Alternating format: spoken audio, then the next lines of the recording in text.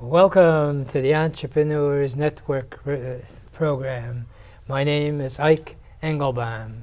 I'm the founder of the organization, and our mission is to surround ourselves with motivated people that are all interested in helping each other in achieving our personal and professional goals. We meet on a routine basis, and you are welcome to check us out on entrepreneursnetworkofmichigan.com. My goal in doing this program is to actually interview interesting entrepreneurs who are willing to share with us their past experiences, both the good ones and the bad ones.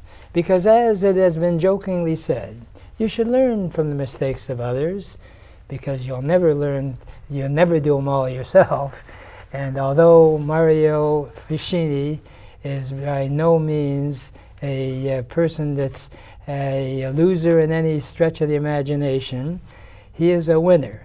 And I am so excited to have met him at so many networking events that I felt that once he writes his next book, and he's written a whole bunch of them, and we'll share that with you as the program progresses.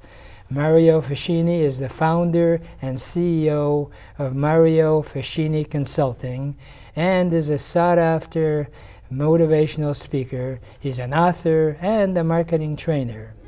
He helps to educate other marketers through coaching and training on how to start up successful marketing companies of their own and attract clients by using systems and leverage. To help me interview Mario Fachini, is John Walden, who is the actually communications coordinator of the Entrepreneurs Network. And John, before we got on the air, you said that, hey, Ike, let me ask Mario the first question. So go for it. Well, I had the opportunity today to go on to his website, expertauthorityreport.com, watched a 20-minute video, very enlightening. There's a free PDF download also that you can get with that. You made mention of making, like all of us, and you're very young, I have to say. You made some mistakes in business along the way. What is your background in business and marketing, and what kind of mistakes did you make that you now like to edify us with your knowledge and wisdom? What mistakes did I make? Pretty much everything, every day moving forward. I started my first business when I was 12. It was a lawn care maintenance power washing company. And then I sold that right when I was exiting high school. Graduating, I graduated high school, didn't graduate college though. Started this business senior year of high school and just kept on with it. So when you're saying what mistakes you make, it's like, what didn't I make? But the thing I like to tell everyone is you just keep moving forward, fail forward. Every step of the way, it's like you get to that next ledge and it's like, once I get there, that'll be it. No, because there's always that next one. So one of the things that I would say is the best thing I've learned just recently this year is I've always been striving to be 5-10 years ahead. But, be aiming somewhere in the future, but be thankful for where you're at today, because today, right now, today is my dream 8 years ago. Make my own schedule, get to help more people, do all this stuff, So be thankful for where you're at, but always aim for something beyond where you're at. Now, Mario, in your mentoring, and you have quite a few different talents there. Do you want to share with us? You help people publish books, mentoring. Can you tell us a little about the publishing part? The publishing part is a lot of fun because I always liked reading when I was younger, and a lot of people say, I like to read a good book, and I say, well, why not write one, because everyone has stories inside of them, and that's why I developed this coaching and training program around raising your expert authority positioning, because you might be good at cooking, it might be sewing, it might be marketing, it might be real estate, it might be whatever your business or profession is, but are you seen that way? I like to use the example of Oprah because everyone loves her for the most part, but she has helped so many people, and it's because of that authority positioning. You see, you can have a lot of people go, I want 1,000 clients, 1 million clients, and they're going this way, but they never elevate their positioning to a point where they start attracting people to them. It's always this back to the daily grind crap. And I never wanted to work. I'm always willing to work hard for a result, but I didn't want to just be on repeat like a robot for 50, 60, 70 years and look back and just, I always wanted leverage. So I was like, what can I do today that the Mario of the future will thank me for? So part of it is publishing, part of it is getting systems in place, creating leverage, but there's no better way, in my opinion. I mean, being an author, authority, the root word is author. Right. So actually, would you say that you having a book with your picture and name on it, a real good way to get, as Rodney Dangerfield used to say, respect? Having your picture on it really, it's not really authoritative. It's more branding and it's easier to remember. Like when I hand people my card, they go, a lot of them joke, are you a real estate agent? Because my picture is on it. But it doesn't matter if it is or not, because I always tell everyone it's about the client. That's just so when you're meeting 100 people, I stand out and you remember. But as far as authority, it might give it a little bit, but the authority, like I go through here and the PDF you had mentioned on expertauthorityreport.com, this is it. So step 1 is getting the attention, and step 2 is building your authority. So I say, well, you know, once you have their attention, how do you keep it? Well, how do you get the authority positioning? You demonstrate it. It's not about looking fancy or having your picture all over everything. It's about what's your problem, what's your biggest challenge, and then you demonstrate how you can help it. So one of the things I always ask people is, what is your biggest business challenge? And I can come up with solutions on the fly, and they might not even know I have the book. They might not ever seen me on an interview. They might not have seen me on video or anything. But as long as you demonstrate it, the rest is just good marketing. Now, the most current book that you've written is titled The 7-Step Blueprint on How to Attract Your Ideal Dream Clients. Yes. So why don't we get into that? And you've actually got, I believe, 7 points. Is that right? I do. I do, So, right here. So number 1 is attention. Yes. And that means, as far as getting attention, what do you address in that particular chapter? So what I tell everyone is you need to get their attention here. The world's going by 1,000,000 miles an hour. One of the quotes I came up with was, instead of trying to get prospects to just look at you, why not be so captivating they can't look away? Right. It makes it so much easier when people are constantly watching you and they want to. That's the key. I use the example, and I'm not going to say any names, but you've seen commercials where there's an animal bouncing around or something's flying, and it's like, oh, wow, this is so creative. The ad agencies, they're so creative. And I go, what were they selling? Super Bowl commercials. What are they selling? Oh, that one was for food. Okay, which one? Well, how much is that? What are they selling it for? No one remembers, because what happens is your brain does what's called false beta. You get the attention, I have it, and then you lose it.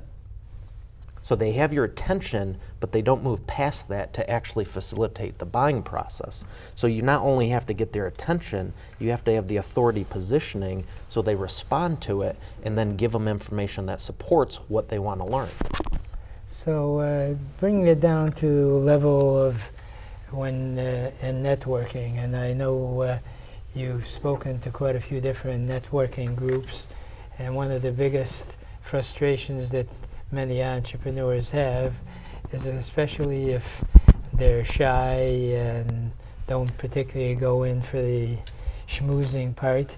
Do you have any suggestions that you walk into a meeting of networking on how do you get attention in a positive way? Any tips on that? Absolutely. So one of the things is your dress.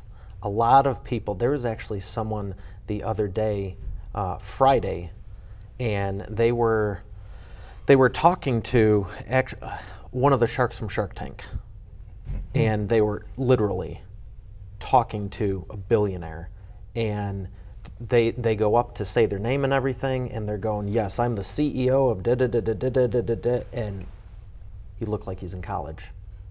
Jeans, shoes, just all over the place. I'm like, and some things with demeanor and everything. And if he just started this, good for him, because most people would never even take the mic to begin with, let alone billionaire investor. But he stood up, and with 4 seconds, I was like, I mean, it wasn't congruent. He said, I'm the CEO, but he didn't look like it. Right. So again, authority, you can just change what you wear, whether you are or not, and people just assume. Well, you know, one of the tips that I've picked up over the years is that if you really want to be successful as an entrepreneur, is that, like the great philosopher Yogi Berra once said, the trouble with getting anything done is there's always something you have to do before that, okay? So anticipate, if you're going to go to a network meeting, especially if you're going to meet someone as prominent as from Shark Tank, get your best outfit on so that you address that. But obviously you don't meet people from Shark Tank in your everyday networking activities, so at least try to find out the blend of the people that are there so that you blend in. You know, there are certain things with all the high-tech stuff that you have and the internet, and it's magnificent, it's exciting. But there are certain basic things you should never get away from. And what's the old line? When the Rome do as the Romans do. Hey, if it's a group, unless it's really a casual group, it's a picnic, then you don't start putting on a fancy-dancy outfit. And as far as your book, the 7-Step Blueprint on how to attract your ideal dream clients, is there any suggestions you have for people who, frankly, don't really know who their ideal client is? Can you help them in that process? Absolutely. One of the first exercises we go through in Module 1 of the training is identifying your ideal, who is your perfect client, because people go, I can help everyone. And when you speak to everyone, you speak to no one, because you might be able to help everyone, but they're not your ideal client. You know, the 80-20 rule. You might be able to help these 100 people, but 80 of them are what you're looking for. These other 20, you can, but they're not your strength zone. Now, if you take the 80-20 again, of those 80, it reduces it down again, and you do that 3, 4, 5 levels deep. Now you go, here's the 12 people that are awesome. And when you know that, now you're looking for them, and everyone else says, hey, let me refer you to someone else, let me put you in contact, but you're not ideal. They might have a desire to do this, but I have an 8-week training. They might want to take 2 years. So even though I can help them, are they ideal? No. There's other people that go, well, I don't want to do it the way you're doing it. Okay, Merry Christmas, have fun with it, but this is how we're doing it. It's not, well, I'll help you do it one way, I'll help someone else do it another way. And I think that's what a lot of entrepreneurs, their issue is, because they just see someone that they can help and you naturally want to, but they deviate from the plan here, here, here, and here, and it makes it so much more difficult to help everyone effectively. A few years ago, I had 38 open accounts, and everyone was just a little bit different. And I was like, this is a mess. And the second I started streamlining everything to find, I'm gonna give you one solution, one way, you know, for one ideal prospect, this is how I'm doing it. It's like, you know, hook, line, and sinker. You have to get that clear on it, and most people never take the time to do it, or they don't feel they're ready or that experienced. And a lot of people have the experience, they just never showcase it in a way, so they just kind of ruffle, and they're good, but they just never refine it enough to get to that next level. Who would you feel can most benefit from your book? Professionals, people that are really serious, people that are frustrated, they know what they're talking about, but they just, something's missing. They may have been doing it for 2 years, 5 years, 10 years, 20 years. It doesn't matter how long, they know what they're talking about, and they just want to make it easier for them. They don't want to keep dealing with, I'll take on these 10, maybe these we identify and you can get 6 or 7, but they feel compelled to work with the other 3 when I'll sit there and be like, you could help them, but don't. Because it's a disservice to them and you when you're frazzled, when you can't be in your strength zone all the time. And it really starts with your mindset on it. Just knowing you're allowed to have this level of, you don't have to work hard forever. It might require hard work, but you don't have to do it forever and, back to the grind. It should be enjoyable. I have a blast doing this, helping people. Were you saying something, John? I'm hearing almost stuff from 30 years ago, beginning salesperson. It's a numbers game. And they make it sound like until you really know what you're doing and how to close the sale, see as many people as possible. So you want 3 sales a week, but you got to see 30 people. Well, that's, 10%. You want to get it to where you're seeing 10 people and closing 3 deals. Is this kind of along the lines of what you're talking about? Work with that top 10%. And I use the example, and I just use 100 as a number, and people go, I love 100 new leads, 100 new clients, and I go, would you? They go, oh yeah, all the time. I go, how's your internal reality look like of your business? How do you run your business? Because I take some of that into it. It's not just this outside perception of marketing, it's what's going on inside. I go, name 5 clients you have now. They're like, boom, boom, boom, boom, boom. I go, if I multiplied that times 100, would you really enjoy it? And they go, actually, no, that would be a nightmare. That's the problem. You can't. They're actually, your subconscious is going, this is a nightmare, I don't want to keep doing it. And they're saying, I want more leads and customers. And what happens is, in the back of their brain actually shuts everything off from happening, so they never acquire them, and they stay on this hamster wheel of frustration. And I'm like, let's change both of these, get them congruent, and have the messaging the same throughout, so that way, when they take them on, it's like, this is awesome. I just got 2 new clients last week, and I'm like, it didn't make me go, I'm more excited because I can help those people instead of going, oh my gosh, I have all this other stuff going on, and now I have to take this on, and I'm like, this is great. Now, can you share with us, not by name, but by profession, as to some recent success stories? Absolutely. So one is in the wealth building industry. One is with a charity over in India, children helping a nonprofit charity. Another one is with Salon Systems. Another one is with self-help and Optimization? Optimist. Oh, the optimist. Okay. Having a better life and looking at it from that perspective. One is with veterinary and the animal field, and another one is with fitness and gym. So that's quite a cross-section of different professions. How do you go about someone comes from a particular field? Do you study the field in order to be of help to them, or do you hear their story and see how it fits in? They have to let me know they're serious about it, because one of my requirements, and I wrote my ideal customer down, and one of them was have a good heart actually helping people deliver a real service. Well, that's like 3 of them, but be passionate about it, because some people are like, oh, this would be nice. And when you're like begging me, like, what do I need to do to start this? One of my recent clients, I told her this. I go, well, I'm going to set the stage, explain this to me. I don't work with everyone. Tell me about yourself. And then I was like, okay, sounds good, pretty impressive. And I just remember her going, so does that mean I'm in? I go, I never said that. Give me a reason why I shouldn't let you in. And then she's like, well, let me tell you, just got her booked bestseller. Wow. She's working with the charity in India and the kids and the nonprofit. But I was sitting there smiling on the phone, and she's like, just a little fireball. And I'm like, that's what I'm looking for. Most everyone knows what they're talking about, but do you have the desire and that burning desire and the passion for it? Are you really going to make it happen, or is this just something cute you want to do? Right. Now, you make mention in your notes about Actuate. Can you identify that? It sounds sexy, but what does it mean? I don't know the actual definition of an actuator valve or something. I'm sure they're in boats and cars and stuff, but the definition of actuate is get to move to take action.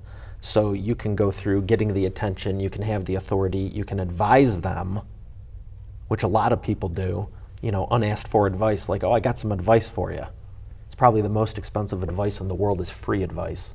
But you go through attention, getting the authority, advising them, but if step 4, actuate. If you can't get them to take action, take the next step, you know, that's where the coaching and the training comes in, and it's like you need to keep them moving along. Now, if someone is interested in learning more about you, I assume you have a website and all, they can get a hold of you that way. Can you walk me through the process of what happens? You take like an initial assessment of what their personality is and what they want to do. Is that part of it, or do you have Mario Fachini approach? That's a great question, Ike. The best place they could check out is expertauthorityreport.com and go through that. And what I let them decide. I don't push anyone. I don't force anyone, even on the call, the 30-minute business breakthrough call. If they get that far after filling out the application and everything, picking a time on my schedule, that's all automated, which is another step of the process, automation. I get to see all of that, and there's specific questions on there in the application that I can tell if they'll be a good fit or not. So if they get past that and we do get on the phone, I tell them straight up at the beginning of the call, I say, this isn't a sales call, I'm not going to close you, this and that. You know, if you're interested at the end, let me know, because I want to deliver value to you.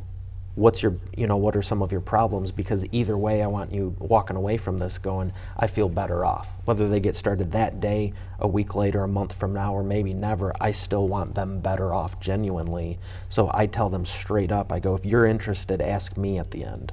And it takes all the pressure off, because a lot of people say, I'll do a free consultation, and it's more of just like a soft sales pitch, and everyone has their guard up, and you can't help someone, again, till you demonstrate the authority that they can trust you and actually get somewhere. That's why I like this so much. You don't spend weeks, well, I'll think about it back and forth. It's like, no, I sincerely want to help you. Let's get right down to it. What's your problem? Now, how much of a time commitment? They want to work with Mario Fachini. Hey, you sound like you know what you're talking about. So after the assessment and all, what sort of a commitment time-wise do they have to spend for you to be able to help them? The way I have it set up, over 8 weeks, we have calls, weekly calls for about an hour, where we get to work one-on-one, and I say, okay, Ike, what are you going through this week? And you say, hey, I'm working on such and such part of the process. All right, here's what we need to do. John, what are you working on? Okay, cool. So I work with everyone one-on-one in a group setting, so we get to do deep dives specifically with, you know, where you're at in the program. So it's about an hour a week outside of with me, and then there's video training and modules and stuff they can watch at their own leisure, and, you know, as much time as they're willing to put into it. So maybe a couple hours a week. So a couple hours a week, and this is an ongoing type program. You also have online training as well. You got a lot of stuff. Yep. That's great. So then do you have conference calls as well with your clients at this on this line on the call all at the same time too? So that's what the trainings are. I do them in a webinar format where everyone can log in and ask questions. So it's like a phone call, but we can also do screen sharing, where if they, you know, I'll help them to make their free report, and they might say, hey, take a look at it. What do you think? And I might say, okay, change this, shift this, whatever. So everyone can benefit from the one-on-one, but there's also video trainings that talk about how to go through it. So you've got video online, and of course you do your seminars and all. So you're an all-around type entrepreneur guy, my kind of guy. All right. Unfortunately, we run out of time, Mr. Mario Fachini and John Walden, and I always like to leave my segment with my favorite parting thought, which is, if you really want to get anything done in life, you'll find a way. And if you don't, you'll find an excuse. And there is no excuse for not achieving your dreams and goals in America, because it is the greatest country in the whole world. Remember, a goal is just a dream with a deadline.